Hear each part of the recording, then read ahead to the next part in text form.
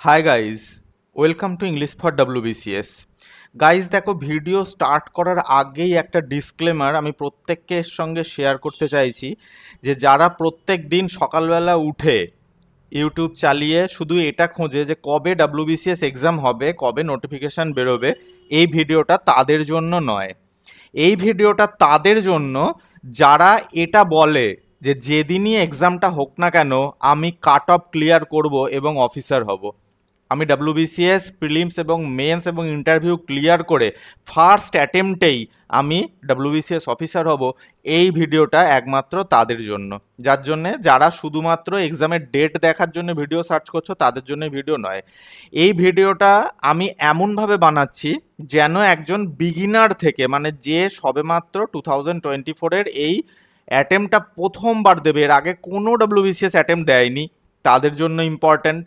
যারা এর আগে বারবার অ্যাটেম্প্ট দিয়েছে কিন্তু প্রিলিমস পাস করতে পারেনি, তাদের জন্য ইম্পর্ট্যান্ট। এবং যারা ওয়ার্কিং প্রফেশনালস অর্থাৎ পড়ার বেশি টাইম পায় না, ঠিক আছে, তাদের জন্য কিন্তু এই ভিডিওটা ইম্পর্ট্যান্ট। যার জন্যে আমি প্রত্যেকের কাছে এটা একটা রিকোয়েস্ট করব এবং তোমাদের দাদা হিসেবে আমি এটা তোমাদেরকে অ্যাডভাইসও দেবো যে ভিডিওটা পুরোটা দেখার চেষ্টা করো, তাহলে হয়তো ফার্স্ট অ্যাটেম্পটেই, কারণ WBCS অনেক দিন পরে হচ্ছে, 2026-এ কিন্তু অনেক দিন পরে হচ্ছে, 2 বছর পর কিন্তু WBCS হচ্ছে। তা তোমার যেন সেই ফার্স্ট অ্যাটেম্পটা বা তোমার যত নম্বর অ্যাটেম্পটই হোক যেন সেটা মিস না যায়।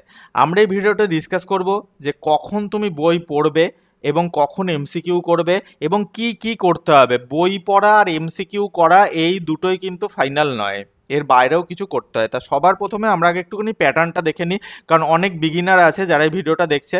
দেখো, প্রিলিমসে আমাদের টোটাল 200 MCQs থাকে এবং 200 মার্কসও থাকে, ঠিক আছে।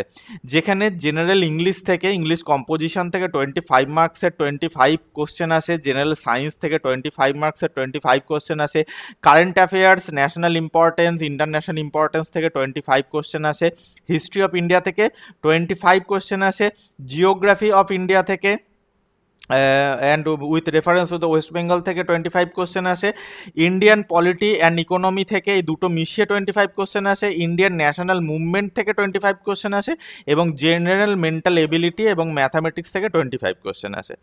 তার মানে হিস্ট্রি থেকে আমাদের টোটাল 50 কোশ্চেন আসে, ঠিক আছে, হিস্ট্রি থেকে আমাদের 50 কোশ্চেন আসে। এটা হচ্ছে আমাদের প্রিলিমসের প্যাটার্ন।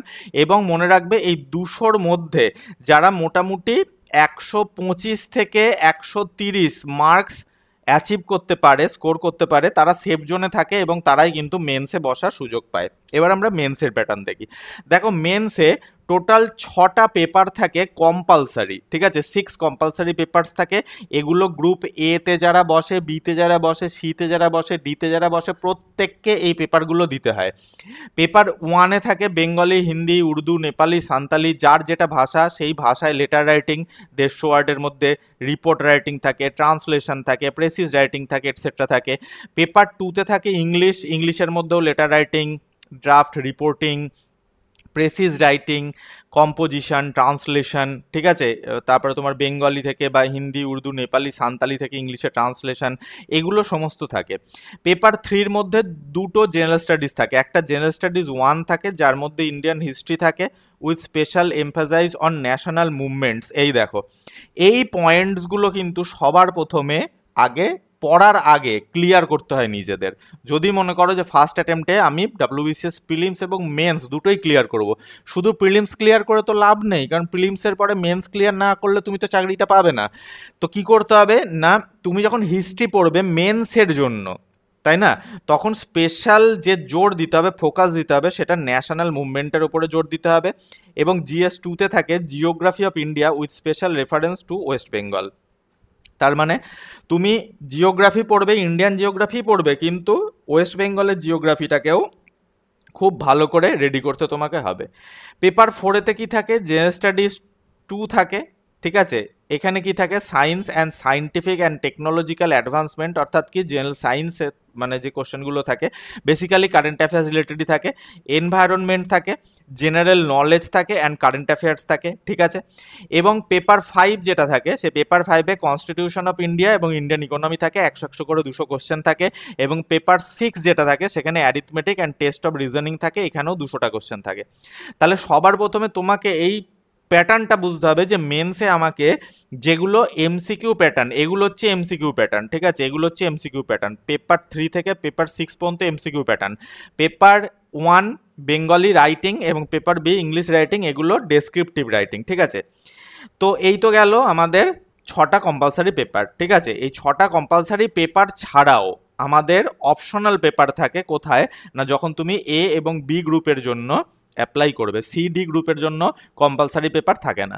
তাহলে দেখো, সবার প্রথমে 200 মার্কস থাকবে, যেটা আমি তোমাদের বেঙ্গলি দেখালাম, ঠিক আছে। ইংলিশেও দেখো 200 মার্কস থাকবে, এগুলো সব মেন্সের কথা বলছি। আচ্ছা, জেনারেল স্টাডিজ 1-এ যেখানে তোমার ইন্ডিয়ান জিওগ্রাফি, ইন্ডিয়ান হিস্ট্রি এবং জিওগ্রাফি থাকবে, সেখানেও 100 করে 200 মার্কস থাকবে প্রত্যেকটা গ্রুপের জন্য। জেনারেল স্টাডিজ 2 যেখানে science, scientific research, technology, environment, general knowledge, current affairs, সেখানেও টোটাল 200 কোশ্চেন থাকবে, ঠিক আছে। তোমার কনস্টিটিউশন আর ইকোনমি, কনস্টিটিউশন থেকে 100 কোশ্চেন এবং ইকোনমি থেকে 100 কোশ্চেন, 200 কোশ্চেন থাকবে। অ্যারিথমেটিক থেকে 100 কোশ্চেন থাকবে এবং রিজনিং থেকে 100 কোশ্চেন থাকবে, টোটাল 200 কোশ্চেন থাকবে প্রত্যেকটা গ্রুপের জন্য। তুমি যদি এ এবং বি গ্রুপের জন্য পরীক্ষায় বসছো, তাহলে তোমাকে একটা অপশনাল সাবজেক্ট চুজ করতে হবে, একটা সাবজেক্ট। ধরো তুমি হিস্ট্রি চুজ করলে, তার 2টো পেপার থাকবে, ঠিক আছে। হিস্ট্রি পেপার 1 এবং হিস্ট্রি পেপার 2। পেপার 2তে সাধারণত ওয়ার্ল্ড হিস্ট্রি থাকে। তা তোমার সেই পেপার দুটোতে 200 করে 400 মার্কসের থাকবে, ঠিক আছে। এবং পার্সোনালিটি টেস্ট এ গ্রুপের জন্য 200 থাকবে, বি গ্রুপের জন্য 200 থাকবে, সি গ্রুপের জন্য 150 এবং ডি গ্রুপের জন্য 100। তার মানে তোমাকে মেন্স দিতে হবে এ এবং বি গ্রুপের জন্য 1800 করে, সি গ্রুপের জন্য 1350 এবং ডি গ্রুপের জন্য 1300 মার্কসের। এর মধ্যেও তোমাকে মোটামুটি 65 to 70% মার্কস যদি তুমি অল টোটালে পেয়ে যাও, তাহলে তুমি কিন্তু চাকরিটা পাবে। তো এটা গেল প্যাটার্ন। এইবারে দেখো, মেটেরিয়ালস তোমার কি কি দরকার ডাব্লিউবিসিএসকে ফার্স্ট অ্যাটেম্পটে ক্লিয়ার করতে গেলে। একজন বিগিনার হোক বা যে বারবার প্রিলিমস ক্লিয়ার করতে পারছে না, বা যারা প্রফেশনাল, ওয়ার্কিং প্রফেশনাল, তাদের কি কি দরকার। সবার প্রথমে তোমার দরকার টেক্সট বুকস এবং পিওয়াইকিউজ। দেখো, প্রিলিমসের জন্য তোমাকে 21 ইয়ার্সের, ভালো করে শুনে নাও, 21 ইয়ার্সের পিওয়াইকিউজ করে যেতে হবে, 21 বছর। এবং মেন্সের তোমার 5 ইয়ার্সের এমসিকিউজ তোমাকে করতে হবে, ঠিক আছে। এবং এই এমসিকিউজগুলো করতে হবে প্রিলিমসের আগেই, ঠিক আছে, বিফোর প্রিলিমস। তোমাকে এইটা কিন্তু করতেই হবে। রিমাইন্ড দ্যাট, রিভিশন দ্যাট, যা কিছু করো, রিভাইজ দ্যাট, তুমি যা কিছু করো, শুধু মাথার মধ্যে এটুকু তুমি ঢুকিয়ে নাও যে যদি ফার্স্ট অ্যাটেম্পটে ডাব্লিউবিসিএস ক্লিয়ার করতে হয়, যে কাটথ্রোট কম্পিটিশন, যে র্যাট রেস চলছে এখন, তারপরে এক্সাম ডিলে হচ্ছে, তাতে করে তোমাকে সবার প্রথমে মাথায় রাখতে হবে যে টেক্সট বুক পড়ার সাথে সাথে, টেক্সট বুক পড়ার পাশাপাশি আমাকে পিওয়াইকিউজ করতে হবে। প্রিলিমসের জন্য 21 বছরের এবং মেন্সের জন্য বিগত 5 বছরের এমসিকিউজ আমাকে কমপ্লিট করতে হবে, পিওয়াইকিউজ আমাকে কমপ্লিট করতে হবে, এবং এটা করতে হবে আমাকে প্রিলিমস এক্সামের আগে, বিফোর প্রিলিমস। হয়ে গেল, এটা গেল তোমার first step. Okay, first step is complete. Next হচ্ছে কি না, এটুকুই তোমার কাছে এনাফ নয়। কেন এটুকু এনাফ নয়? কারণ এখন আর এই দিয়ে তোমার নাবে না, এই দিয়ে এখন আর ক্লিয়ার করা যায় না। কেন না, পিওয়াইকিউজ থেকে রিপিটেশনটা এখন কমে গেছে। আগের ট্রেন্ড কি ছিল না, পিওয়াইকিউজ থেকে রিপিট হতো, যে রিপিটটা এখন হয় না, যার জন্য এখন তোমাকে chapter wise smart revision notes যেভাবেই হোক জোগাড় করতে হবে। এই যে 4টে পয়েন্টস, এই প্রথম পয়েন্টসটা তো আমাদের হাতে নেই, কারণ এটা তোমাকে মার্কেট থেকে কিনে নিতে হবে, টেক্সট বুকও তোমার থাকতে হবে, কিনে নিতে হবে, এবং পিওয়াইকিউজের যে বই পাওয়া যায় সেই বইও তোমাকে কিনে নিতে হবে। কিন্তু এই যে 4টে পয়েন্টস, এই 4টে পয়েন্টস আমাদের হাতে আছে। আমরা একটা নিত্য প্রগতি বলে একটা আমরা প্রোগ্রাম লঞ্চ করেছি, যেটা হচ্ছে রিভিশন প্রোগ্রাম। তোমাকে চ্যাপ্টার ওয়াইজ, প্রত্যেকটা সাবজেক্টের chapter wise smart revision notes থাকতে হবে। কারণ দেখো, এই বইগুলো একবার পড়লেই হলো না। টেক্সট বুকগুলো যেগুলো আমি তোমাকে এখানে দেখিয়েছি, এই টেক্সট বুকগুলো কিন্তু একবার পড়লেই হলো না। এই টেক্সট বুকগুলো পড়ার পরে চ্যাপ্টার ওয়াইজ তোমাকে রিভিশন দিতে হবে উইথ চ্যাপ্টার ওয়াইজ এমসিকিউজ। তার মানে সেই রিভিশন নোটসের মধ্যে শুধু সেটুকুই থাকবে যেটুকু পরীক্ষার পয়েন্ট অফ ভিউ থেকে ইম্পর্টেন্ট, পরীক্ষায় আসে, ওর বাইরে আর কিচ্ছু আসবে না। সেই রকম তোমাকে নোটস আমরা নিত্য প্রগতি প্রোগ্রামে প্রোভাইড করব। পিডিএফ ফরম্যাটে তুমি প্রিন্ট করিয়ে পড়তে পারবে, বা তুমি মোবাইল স্ক্রিনেও পড়তে পারবে, আমাদের এইভাবে বানানো। এছাড়াও ওই নোটের সাথেই চ্যাপ্টার ওয়াইজ এমসিকিউজ তোমাকে করতে হবে প্রিলিমসের জন্য এবং মেন্স লেভেলের জন্য, দুটো এমসিকিউজ চ্যাপ্টার ওয়াইজ, চ্যাপ্টারের পরেই দেওয়া থাকবে নিত্যপ্রগতি প্রোগ্রামে। এছাড়াও তোমাকে 50 সেকশনাল মক টেস্ট করতে হবে। 50 সেকশনাল মক টেস্ট মানে হচ্ছে যে এক্সামগুলো পিওয়াই কিউজে আসেনি, অর্থাৎ যে এমসিকিউজগুলো একদম নতুন, কারণ পিওয়াই কিউজগুলো তো পুরনো এমসিকিউজ, সেগুলোর এক্সামে কিন্তু রিপিট হওয়ার চান্সেস খুব কম। তাহলে তোমাকে 50 সেরকম সেকশনাল মানে প্রত্যেকটা সাবজেক্টের উপরে তোমাকে এমসিকিউজ করতে হবে, মক টেস্ট দিতে হবে, এবং প্রিলিমসের জন্য তোমাকে 10 ফুল মক টেস্ট দিতে হবে, 10 ফুল মক টেস্ট দিতে হবে, ঠিক আছে? এবং সেটাই সেপ্টেম্বর মাস থেকেই দিতে হবে। সেপ্টেম্বর মাসে আমাদের নিত্যপ্রগতি প্রোগ্রামে অলরেডি আমরা 2টো মক টেস্ট আপলোড করে দিয়েছি, ঠিক আছে? তা তুমি সেই মক টেস্টগুলো যদি না দাও, তুমি যদি এখন থেকে না সেগুলো প্র্যাকটিস করো, তাহলে তুমি কি ভাবছো যে তুমি খুব তাড়াতাড়ি তুমি সব কিছু বদলে ফেলবে? না, যারা এই এক্সামটা ক্লিয়ার করছে তারা বছরের পর বছরের পেছনে লেগে আছে, তবে তারা কিন্তু ক্লিয়ার করছে। তারা 2-3 মাসের কিন্তু স্টাডি নিয়ে এক্সাম ক্লিয়ার করছে না।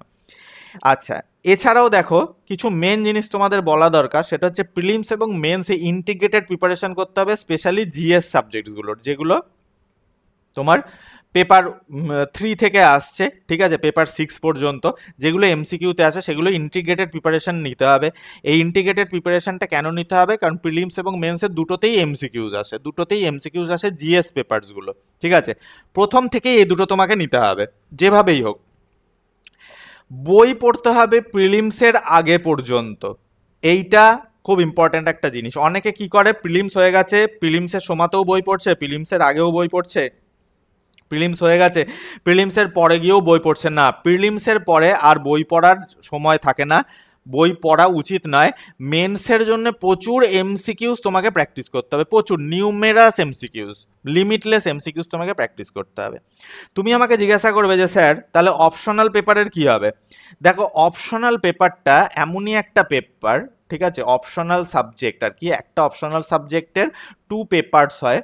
সে দুটো পেপার তোমার গ্র্যাজুয়েশনে যে সাবজেক্টে তুমি অনার্স পড়েছো সেই সাবজেক্টটাকেই তোমার অপশনাল পেপার হিসাবে, অপশনাল সাবজেক্ট হিসাবে নেওয়া উচিত, সেখানে খাটনি কম থাকে।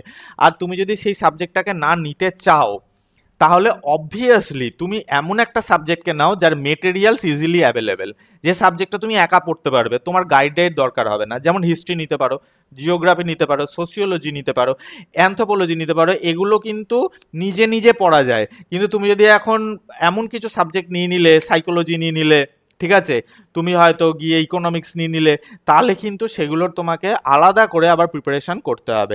এবং অপশনাল সাবজেক্ট সেরকমই অপশনাল সাবজেক্ট নেওয়া উচিত যে সাবজেক্টটা তোমার প্রিলিমসে এবং মেন্সে তোমাকে কাজে লাগবে, মানে প্রিলিমসের জন্যও পড়ছো, মেন্সের জন্যও পড়ছো, সেই ধরনের অপশনাল সাবজেক্ট তোমার নেওয়া উচিত। কেন? কারণ খাটনি অনেকটাই সেভ হয়ে যায়, ঠিক আছে? তো এই যে পুরো যে ম্যাটারটা তোমাকে আমি বললাম, এটা কম করে 6 থেকে 9 মাস, 6 থেকে 9 মাস তুমি যদি রিগোরাস প্র্যাকটিস এবং রিগোরাস রিডিং ইন্টিগ্রেটেড প্রিপারেশনে যদি লেগে থাকতে পারো, তবেই কিন্তু 2024-এর এক্সাম জানুয়ারিতেই হোক, 2026-এর জানুয়ারিতেই হোক, ফেব্রুয়ারিতেই হোক, আর জুন মাসেই হোক, যেদিনই হোক, তুমি প্রিলিমসও ক্লিয়ার করতে পারবে, তুমি মেন্সও ক্লিয়ার করতে পারবে। গাইজ, এই ছিল আজকে আমাদের টোটাল ভিডিও। যারা যারা নিত্যপ্রগতি প্রোগ্রামে এনরোল হতে চাও, তারা ইমিডিয়েটলি আমাদের সঙ্গে কন্ট্যাক্ট করো, স্ক্রিনের ওপর তো তার নাম্বার দেখতেই পাচ্ছ। থ্যাঙ্কস ফর ওয়াচিং গাইজ, দেখা হচ্ছে নেক্সট ভিডিওতে নতুন টপিকের সাথে।